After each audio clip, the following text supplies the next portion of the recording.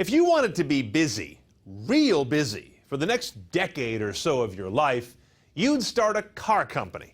It's about the most competitive, complicated, and regulated business you can enter. And that's exactly what Henrik Fisker did, personally obsessed with design and America.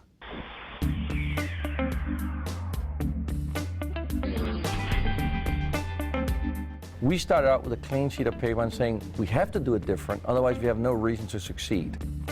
Fisker has designed some of the best-looking cars you've ever seen.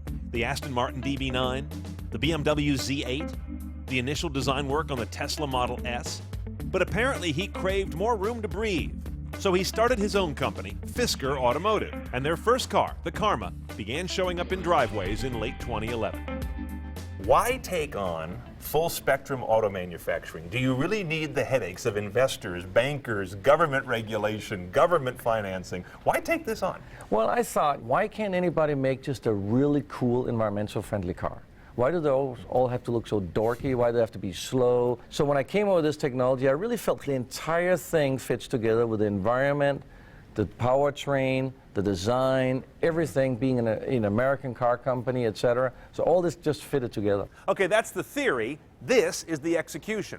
A four-door coupe, rear-wheel drive, 400 horsepower, 0 to 60 in 6 seconds, but it's electric. The big mission this car has to accomplish is not getting down the road, but getting people to think indulgently about a green car. This is a car which is sort of your personal luxury car, your personal transportation. And I think a lot of people, they realize they drive alone in these huge sedans or sports cars. Somehow in the future we have to move towards more environmental friendly cars. It's really about still being able to enjoy luxury, but do it in a responsible way, in a way when society looks at you, they go, you know, wow, this is really cool. The Karma is electric, but when the batteries are done, you aren't. It's what's known as a range extender. I believe this is the first car that is truly designed for how we really drive today, or we meaning a lot of people.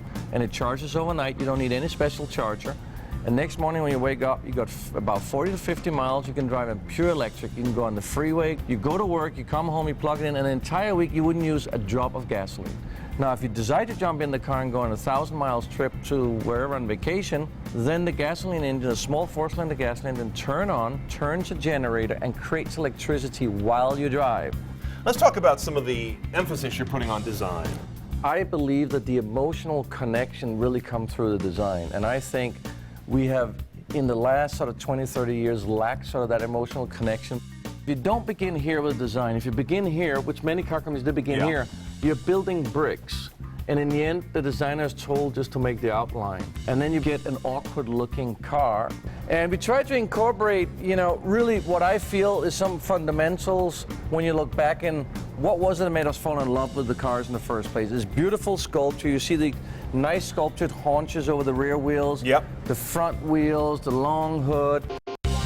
I don't think I've met anyone who didn't say wow when they saw Fisker's design. The man knows how to draw a car. But when you're north of 6 figures, cars sell as much on what they say as what they do. So beyond the powertrain, there's recycled wood inside, paint with recycled crushed glass instead of metal flakes, and let's not forget the solar panel roof.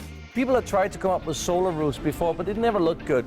So we actually decided, let's design the most awesome solar roof in the world. This entire panel is a solar collector. Yeah, it's one big panel, and it actually is laminated glass just like you would have on a sunroof. If you actually take these solar cells and bend them, they break. So the illusion is that this is curved in 2 directions. It's done by 2 pieces of glass with a gel between, and each of these solar cells actually float in that gel to make the illusion. Allowing this to happen without damaging the cell. Exactly. The Karma has hit a few potholes dead on. There was an early recall, a couple of fires, and Consumer Reports had one die on them.